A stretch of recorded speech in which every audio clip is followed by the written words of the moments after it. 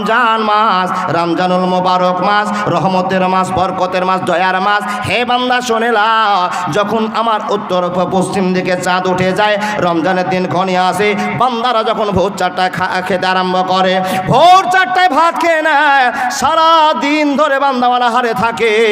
যখন বান্দা অনাহারে থাকে, বান্দার কত কষ্ট হয় আমি আল্লাহ জানি। হে বান্দা শুনে নাও, তুমি একটু মাত্র কষ্ট করে নাও, 1 মাস মাত্র কষ্ট করে নাও বান্দারে, আমি নিজের হাতে তোমার আমল নামে নাম্বার বসাবো। হে বান্দা, অসুবিধা হবে না, হবে না, হবে না। বন্ধু আমার, হঠাৎ করে রমজান মাসে আমার মায়ের পেট গোলমাল করলো, আমার মার একটা অসুখ হয়ে গেল। মাকে আমি ডাক্তারের বাড়ি নিয়ে গেলাম, সারাদিন ডাক্তারের কাছে ছোটাছুটি করলাম। এই করতে করতে বন্ধুরে 1টা বেজে গিয়েছে, আর আমার 30 সাথে বুকটা যেন ফেটে যাচ্ছে।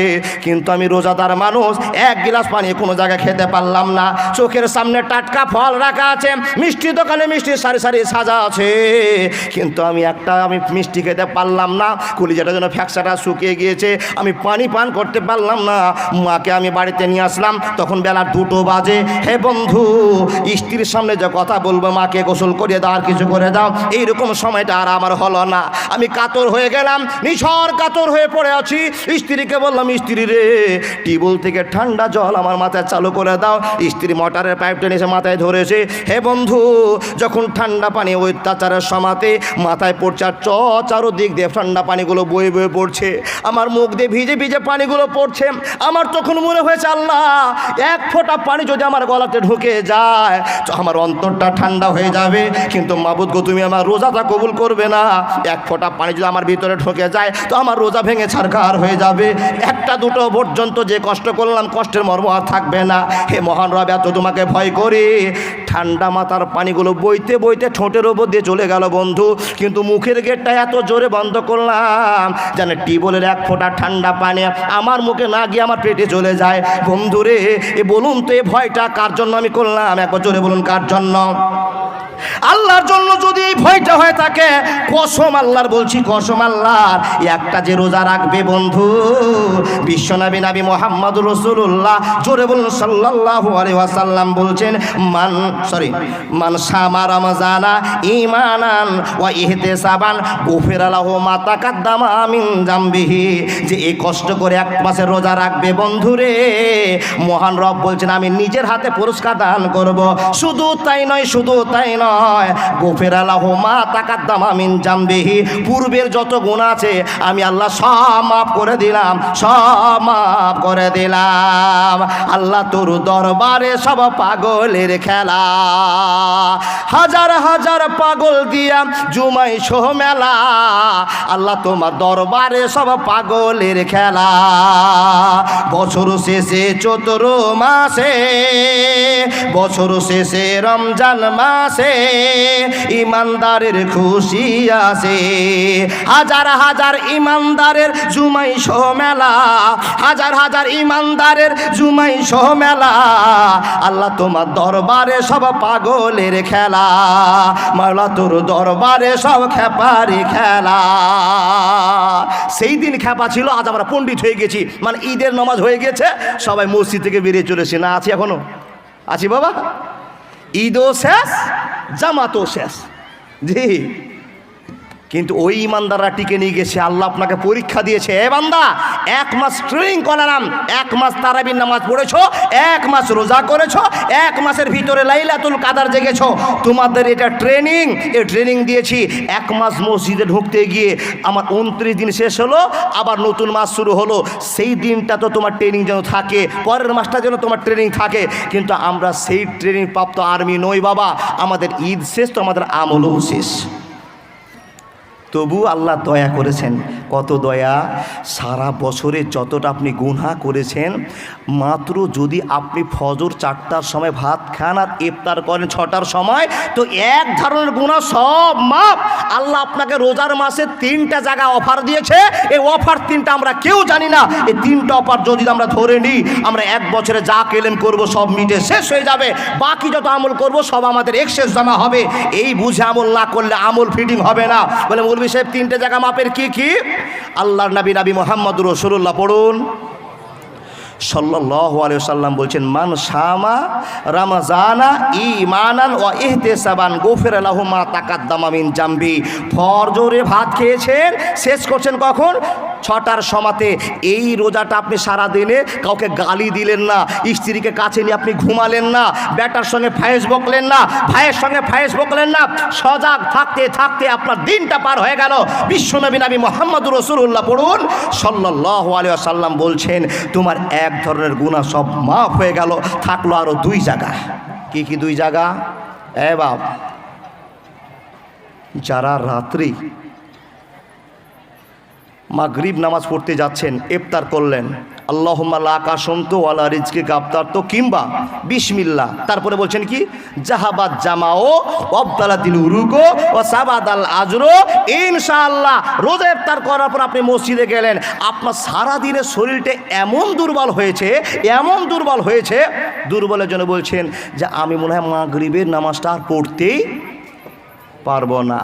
কিন্তু ইমানদার আপনি আল্লাহকে দেখাচ্ছেন, আল্লাহ তুমি যতটা আমাকে ভালোবাসা দেখিয়েছো, আমরাও তোমাকে ভালোবাসা দেখার চেষ্টা করছি। তার জ্বলন্ত প্রমাণ, মাবুদ গো এত শরীর দুর্বল হয়েছে আর মনে হয় মাগরিবের নামাজটা পড়তে পারবো না। বাপ, যখনই শরবতটা গিললাম আবার শরীরটা আমার তাজা হয়ে গেল, একটা ফল খেলাম, শরীর তাজা হয়ে গেলাম, চলে গেলাম কোথায়? মাগরিবের নামাজ পড়তে। এটা ইমানের পরিচয়। মাগরিবের নামাজ পড়ে আসলাম, মনে মনে ভাবছি এখন এশারের সময় আসছে, ভাত খাবো কি না, চলতে পারবো কি না, শরীরটা টিকবে কি না, এই করতে আপনার টেনশন শুরু হয়ে গেল। আপনি ভাবছেন 17টা রোজা হয়ে গিয়েছে, আর মাত্র কয়েকটা রোজা আছে, কেন তারাবিটা ছাড়বো? আপনি কষ্ট কষ্ট মনে করতে করতে আবার তারাবিতে গিয়ে হাজির হয়ে গেলেন। বন্ধু আমার শুনে নেন, ইমানদারের এটাই প্রচার, ইমানদার এটাই বিশ্বাস করে, দুর্বল শরীরটা নিয়ে আবার গিয়ে তারাবিতে দাঁড়িয়ে যায়। কিন্তু বন্ধুরে আমার, আপনাকে একটা সজল ভাষা কথা বলতে আরম্ভ করেছি, যখন আপনি তারাবির নামাজ পড়তে যাবেন, ইমামদেরকে মুসাল্লিদের ওপর লক্ষ্য রাখতে হবে। যদি আপনি সূরা বাকারা ধরে নেন আর মুসাল্লির যদি কনফিউশন থেকে যায়, তো আপনার ইমানে গোলমাল লাগবে, আমলে গোলমাল লাগবে। এমন সাপেক্ষে নামাজ পড়তে হবে, লাঠিয়ে যেন না ভাঙে আর সাপও না মরে যায়। তার ভিতরে দুর্বল লোকগুলো দাঁড় হয়েছে, আর দুর্বল অবস্থায় যখন আল্লাহর কাছে মহব্বত শুরু করবে, মহান রব বলছে, বান্দারে এই দুর্বল চেহারা নিয়ে, দুর্বল মনোভাব নিয়ে আমাকে ডাকতে শুরু করেছো, আমি আল্লাহ তোমার ডাকে সাড়া দিয়ে তোমাকে ক্ষমা করে দিলাম, ক্ষমা করে দিলাম, ক্ষমা করে দিলাম। বন্ধু আমার, তারাবির নামাজ শেষ, তারাবি পড়েছে বাড়িতে, শরীরটা আপনার এমন ক্লান্ত হয়েছে, আপনি মনে মনে প্রতিশোধে নিলেন, আল্লাহ রে মনে হয় আর রোজা রাখতে পারবো না, আমি আর রোজা করবো না, আপনি সিদ্ধান্ত নিয়েছেন। কিন্তু বন্ধু, তারাবির নামাজ পড়ার পর তাসবিহ তাহলিল করার পর আপনি ঘুমিয়ে গিয়েছেন। কসম আল্লাহর, কসম আল্লাহর, যখন আপনার রাত 1টা বেজেছে, 2টা বেজে আপনার স্ত্রী রান্না করতে বসেছে, এ বন্ধু আপনার স্ত্রী 4-3টার সময় খাওয়ার জন্য ডাকতে আরম্ভ করেছে, আপনি স্ত্রীকে বলে দিয়েছেন, স্ত্রী বেটা রোজা করবে, বেটি রোজা করবে, তুমি রোজা করো, কিন্তু আমার শরীরের কন্ডিশন এমন হয়ে গিয়েছে, বউরে আমি মনে হয় আর রোজা থাকতে পারবো না, আমাকে 2 দিন রেস্ট নিতে হবে, 2 দিন দম নিতে হবে। স্ত্রী বলছে, স্বামী গো তোমার মুখ চেহারা দেখে মনে হচ্ছে তুমি রোজা রাখতে আর পারবে না, কালকে তুমি রোজা করিও না। সিদ্ধান্ত হয়েছে রোজা করব না। হে বন্ধু শুনে নিন, ইমানের সাথে আপনাকে বলতে আরম্ভ করলাম, আমানার রাসূল বিমা উনজিলা ইলাইহি মির রাব্বিহি, ঈমান যারা বিশ্বাস করে নিয়েছে আল্লাহর প্রতি, ফেরেশতাদের প্রতি, কিতাবের প্রতি। হে বন্ধু, আপনি যখন বিছানায় ঘুমিয়ে গিয়েছেন, আমি আর কালকে রোজা করতে পারবো না, শুয়ে আছেন, শুয়ে আছেন, বেটার ভাত খাওয়া হলো, বেটির ভাত খাওয়া হলো, স্ত্রীর ভাত খাওয়া হলো, টুকটুক করে ঘর থেকে আপনি দেখছেন তাদের ভাত খাওয়া শেষ। এবার মনে মনে আপনার কল্পনা জল্পনা চালু হয়ে গেল, আল্লাহ আমি একজন ইমানদার মানুষ, আমি তোমাকে রাজি করার জন্য দাঁড়িয়েছি, হে আল্লাহ তারাবি পড়লাম, রোজা করলাম, 2 নম্বর টিকিট আমি সঞ্চয় করেছি, মহান রব গো আমি কেমন করে বেঈমান হয়ে শুয়ে থাকবো, আল্লাহ রোজাটা ধরে নি। চিন্তা ভাবনা করতে করতে আপনি বিছান থেকে মুখটা ধুয়েছে, বাবা আপনি চিন্তার সাথে বসে বসে আপনি 1 পোয়া চালের ভাত খেলেন, 100 গ্রাম চালের ভাত খেলেন। হে বন্ধু, 1 পোয়া চালের ভাত, আপনি 50 গ্রাম চালের ভাত খেয়ে আবার মনটা আপনার ফিটিং হয়ে গেল। মুসলমান, যখন সকাল 7টা বেজে গেল, আপনি আবার বলছেন কেন রোজাটা ছাড়বো, বাড়ির সবাই রোজা আছে আর আমি রোজা ছেড়ে কেমন করে তাদের সামনে খাবো আর ঘুরবো। না না না, যদি জান বেড়ে যায় আমি আর রোজা ছাড়তে পারবো না। এই কষ্ট করতে করতে করতে করতে করতে বন্ধুরে 29টা রোজা পার হয়ে যাবে। আমার আল্লাহ বলছেন বান্দা শোনে না, আমি নিজের হাতে নাম্বার করব, তুমি যতটা কষ্ট করবে বান্দা ততটা বিল আমি তোমাকে ফিরিয়ে দেব। বান্দা রে, আমি হলাম রহমান, আমি হলাম রাহিম। হে মানুষ শুনে নাও, খবরদার লা তাকনা তুমি রহমাতিল্লাহ, আমার রহমত থেকে তোমরা বঞ্চিত হইও না, হইও না, হইও না। কেমন করে ঘুমাও তুমি ফজর করে কাজা, এমনও তো হতে পারে তোমার জোহরে জানাজা, এমনও তো হতে পারে তোমার জোহরে জানাজা। মুসলিম হয় না জন্ম নিলে মুসলমানের ঘরে, কাফের বেঈমান তফাতটা হয় সালাতের উপরে, মানুষ সালাতের উপরে। মুসলিম হয় না জন্ম নিলে মুসলমানের ঘরে, কাফের বেঈমান তফাতটা হয় সালাতের উপরে, মানুষ সালাতের উপরে। কেমন করে ঘুমাও তুমি ফজর করে কাজা, এমনও তো হতে পারে 10টায় তোমার জানাজা। বন্ধুরে, কথায় কথায় বেরিয়ে আসে কি আপনাকে কথা বলে আল্লাহ দয়া মানুষকে কত করতে পারেন। হে বন্ধু শুনে নিন, 2 জায়গার গল্প করে দিলাম। রোজা রাখলে এক ধরনের গুনাহ মাফ হয়ে যাবে, তারাবির নামাজ পড়লে এক ধরনের গুনাহ মাফ হয়ে যাবে, কিন্তু স্পেশাল গুনাহ মাপের জায়গা আরেকটা আছে। বন্ধু, যদি কোনো মানুষ 5 দিন রাত জাগে, 5 দিন রাত আপনাকে জাগতে হবে, সে রাতটার নাম আপনাকে বলতে হবে লাইলাতুল কাদার। এ বন্ধু, আজকে সরল বাক্যে আপনাকে ওয়াজ করে যাচ্ছে, লাইলাতুল কাদার 5 রাতই জাগতে হবে। 3 রাত জাগবো, 2 রাত জাগবো না, লাইলাতুল কাদার জাগা হলো না। হে বন্ধু শুনে নিন, 5 রাতই জাগতে হবে।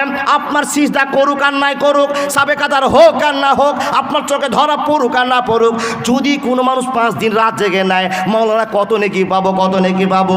বন্ধুরে, বিশ্বনবী নবী মুহাম্মদুর রাসূলুল্লাহ একবার বলুন সাল্লাল্লাহু আলাইহি সাল্লাম বলছেন, মানুষ রে শোনে না, একবার যদি সিদ্ধান্ত করে 5 রাত তুমি জেগে নাও, তোমার আমল নামার নাম্বার কত হবে, আমল নামার নাম্বার তোমার কত হবে। বিশ্বনবী বলছেন 84 বছরের নেকি তোমার আমল নামার খাতাতে দেওয়া হবে। একবার জোরে বলুন না সুবহানাল্লাহ। কত বললাম? 84 বছর। তো আপনি বাঁচছেন 73 বছর, 60 বছর, 55 বছর, আর 1 রাত জেগে 5 দিন জাগতে হবে। 5 দিনের ভিতরে 1 রাত আপনার জন্য কবুল হবে, আর আপনি 84 বছরের নেকি পাবে। একবার জোরে বলুন না সুবহানাল্লাহ। তা ভাবছেন, তাহলে আমরা আগামী যে সময়টা আসছে জানি না কার কপালে আছে। আগামী সময়ে কার কপালে লাইলাতুল কাদার আছে, রমজান মাস আছে, কেউ বলতে পারবো গো বাবা? কেউ পারবো না, পারবো না। আগামী সময়ে যে লাইলাতুল কাদার আমাদের সামনে আসছে রমজান মাস, আমরা আগে থাকি, আমরা তৈরি হয়ে থাকবো। লাইলাতুল কাদার 5 রাত জাগবো। যদি 1 রাত জেগে যায়, 5 রাত জাগি, আমি চোখে দেখতে পাই আর না পাই, তাহলে আমি কি পাবো? 84 বছরের নেকি পাবো। তাহলে আমি এত নেকি সঞ্চয় করে রাখতে পারবো যদি 1টা রাত জাগি। ইনশাল্লাহ জাগবো। এই বাবা, জাগবো ইনশাআল্লাহ। জোরে বলুন ইনশাআল্লাহ। এই বছর তো জাগতে পারলাম না, আমি সামনে জাগবো মৌলভী সাহেব, এটা ইকরার করলাম, প্রতিজ্ঞা করলাম। দুর্বল শরীর হলো 21, 23, 25, 27, 29 জাগবই। কিছু কিছু মৌলভীদের ফতোয়া আছে বাবা, ইসলামকে শক্ত করে তুলেছে। কি কি শক্ত?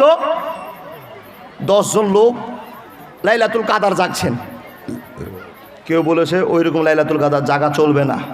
আচ্ছা, চলবে না কেন? আপনি এত বড় ফতোয়া দিচ্ছেন, আর জাগতে দেন না।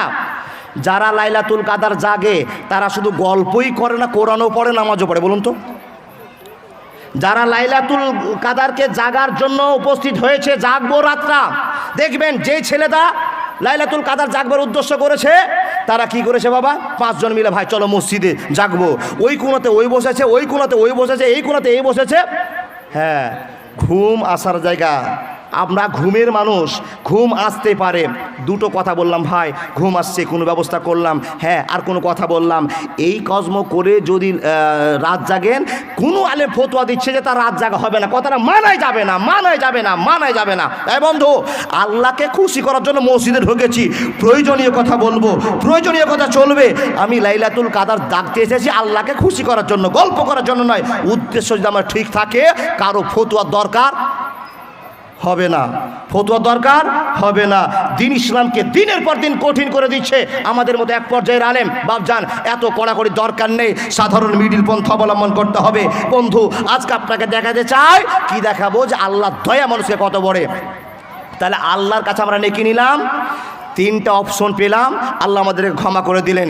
এবার আল্লাহ বলছেন, বান্দা আমি তোমাদেরকে দয়া করলাম। কি দয়া করলাম? কেমন করে দয়া করলাম? বলে রমজান মাস দিয়ে আমি তোমাদেরকে দয়া করলাম।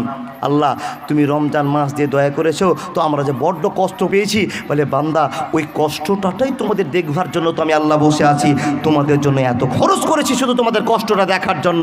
ভোর 4টায় ভাত খেয়ে সন্ধ্যা 6টায় ত্রাহায় ত্রাহায় করে জীবন কাটবে, তবুও তুমি এক গ্লাস জল পান করতে পারবে না, একটা মিষ্টি পান করতে পারবে না। এটাই তো দেখবার জন্য আল্লাহ আমি খুশি হয়ে তোমাকে নিজের হাতে নাম্বার দেবো। একবার জোরে বলুন সুবহানাল্লাহ। ভাই, সব শেষ করে দিলাম, সব শেষ করে দিয়ে একটা কথা আপনাকে বলবো। সে হাদিসটা দুটো রাবির হাদিস, একজন হলো আবু হুরায়রা বলছেন, আর একজন হলো আবু সাঈদ খুদরি রাদিয়াল্লাহু তাআলা আনহু বলছেন। ইনি বলছেন এটা ঠিক, উনি বলছেন এটা ঠিক, উনি বলছেন এই হাদিসে এটা আছে, উনি বলছেন এটা আছে। তো দুইজনই একটা হাদিসে দুইজনের গল্পকে সাজিয়ে বিশ্বনবীর একটা রেকর্ডিং বেরিয়েছে, সেই রেকর্ডিংটা আপনাকে শুনিয়ে যাব।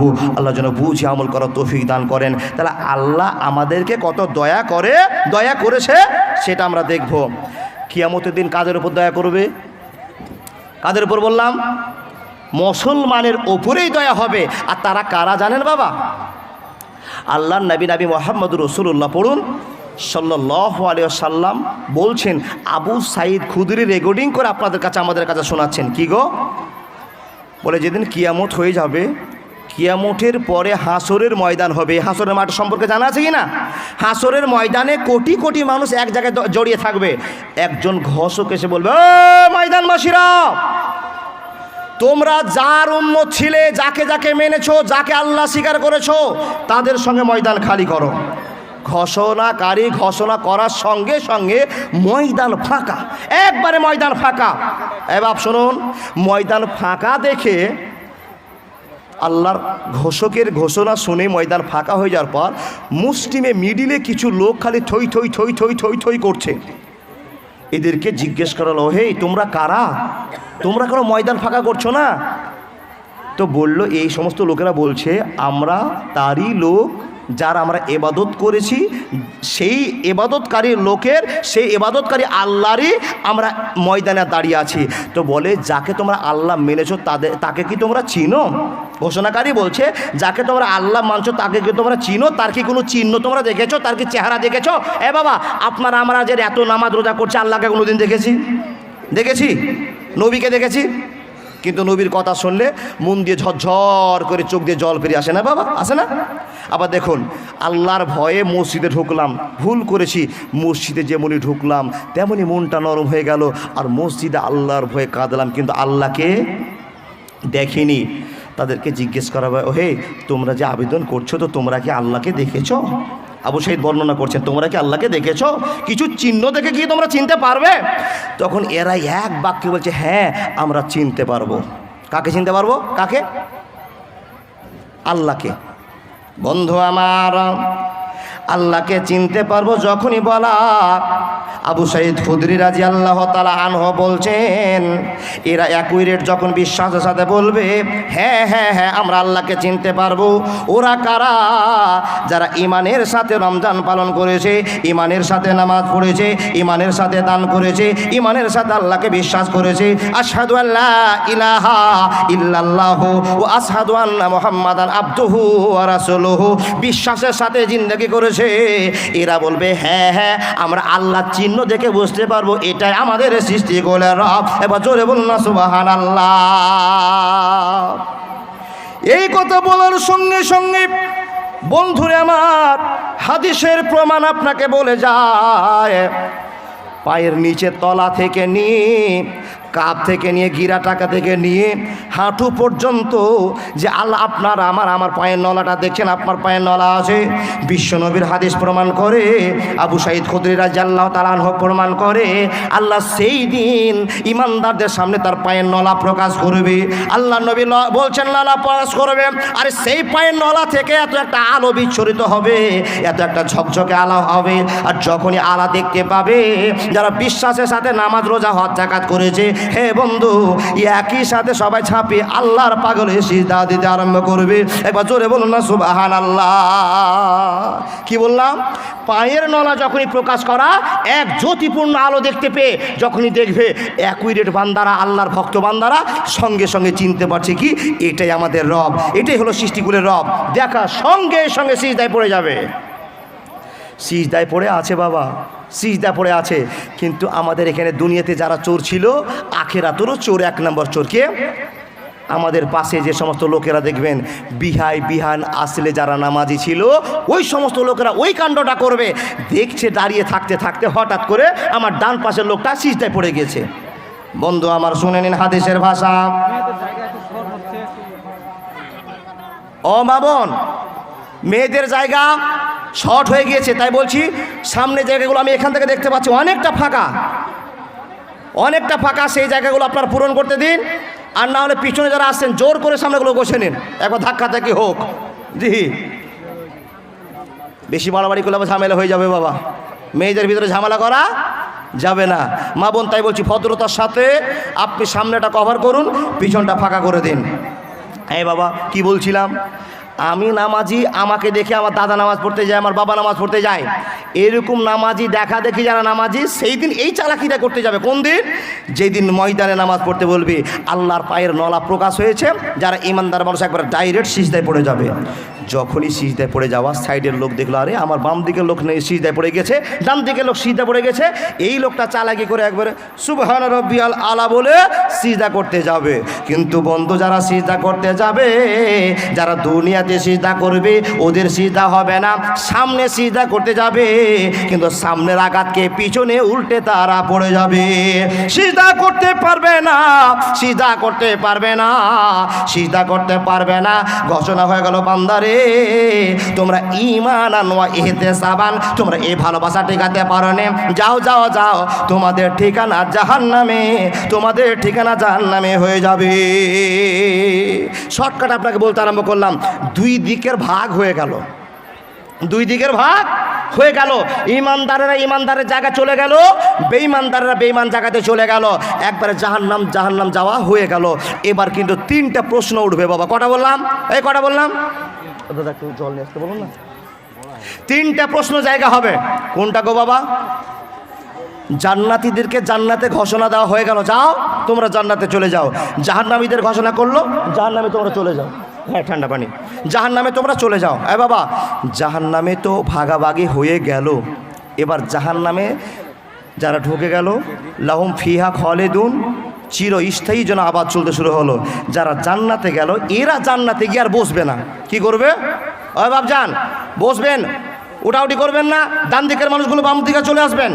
আমাদের কথা শুনুন, জান্নাতে যে জান্নাতীরা আর বসবে না, আল্লাহকে জিজ্ঞেস করবে, আল্লাহ আমাদের সাথে যারা রোজা করেছিল, নামাজ পড়েছিল, হজ করেছিল, জাকাত দিয়েছিল, দান করেছিল, ওই সমস্ত লোকগুলো কই আল্লাহ? এদেরকে যে জান্নাতে দেখতে পাচ্ছি না, তুমি তো জান্নাত আর জাহান্নাম ভাগ করে দিয়েছো, কিন্তু ওরা কোথায় যাদেরকে দুনিয়াতে নামাজ পড়তে দেখেছিলাম? আল্লাহ বলবেন, বান্দা তোমরা বিশ্বাসের সাথে নামাজ রোজা হজ যাকাত সাদকা দান করেছো, আর তার ফল তোমরা পেয়ে গিয়েছো, কিন্তু তারা বিশ্বাসের সাথে ইবাদত করতে পারেনি। দেখো দেখো দেখো, তোমার সে নামাজি জাহান্নামে চলে গিয়েছে, দেখো তো সে যে রোজাদার জাহান্নামে চলে গিয়েছে। যখনই বলবে বন্ধু, তো আমার আল্লাহর কাছে সে লোকগুলো বিচার দিয়ে বলবে, আল্লাহ যে আমার সাথে নামাজ পড়েছে, যে আমার সাথে দান করেছে, একসঙ্গে হাজি হজ করতে গিয়েছিলাম, আল্লাহ ওদেরকে জান্নাতে দেখলাম না, ওদের তুমি ব্যবস্থা করে দাও, ওরা তো তোমাকে ভালোবেসে নামাজ রোজা হজ যাকাত করেছে, আল্লাহ তাদের তুমি ব্যবস্থা করে দাও। মুমিনদের কথা বলা শেষ হতে হতে বন্ধুরে জান্নাতীদের কথা বলতে বলতে আর এক দল এসে হাজির হয়ে বলবে, যাদের পরিচয় হলো মুত্তাকি, এরা বলবে আল্লাহ দুনিয়াতে অনেক লোকের সঙ্গে জামাতে নামাজ পড়েছিলাম, ঈদের নামাজ পড়েছিলাম, দান করেছিলাম, আল্লাহ ওই সমস্ত লোকগুলোকে আমরা দেখতে পাচ্ছি না। এক দল গেল, তৃতীয়বার আর একবার আসবে। কারা আসবে বন্ধু শুনে নিন, একটা দল আসবে, সে দলটার নাম হলো আল্লাহর ফারিস্তার দল আসবে। আর ফারিস্তার এসে বলবে, রব্বুল আলামিন যেই দিন তুমি আমাদেরকে দেখতে বলেছিলে, কে জোহরের নামাজ পড়ে, কে আসরের নামাজ পড়ে, কে দান করেছে, কে ভালো কাজ করেছে, হে আল্লাহ যাদেরকে আমরা নিজের চোখে দেখেছিলাম তারা নামাজ রোজা করেছিল, হে মহান রব ওদেরকে একটা লোককে আমরা জান্নাতে দেখতে পাই না। সুবহানাল্লাহ বলুন তো বাপ। তাহলে কটা অবজেকশন পড়লো? তিনটা। একটা জান্নাতীরা বললো, মুত্তাকিনেরা বললো, আর আল্লাহর ফারিস্তার এসে বললো, আল্লাহ যেই লোকগুলোকে দেখেছিলাম নামাজ রোজা করতে ওরা জান্নাতে নাই কেন? তো বলবে তারা জাহান্নামে চলে গিয়েছে। তো এরা বলবে আল্লাহ তাদের ব্যবস্থা করো, আল্লাহ আমরা নিজের চোখে দেখেছি, তাদের ব্যবস্থা করো। এবার এখানে তো আমাদের কপাল খুলে গেল।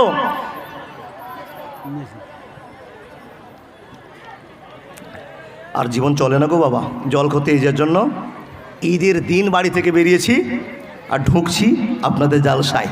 এ আল্লাহর বান্দা, ঈদের দিন বেরিয়েছি, ঘুরতে ঘুরতে ঘুরতে গতকাল পৌঁছেছি বাড়িতে, আর আজকে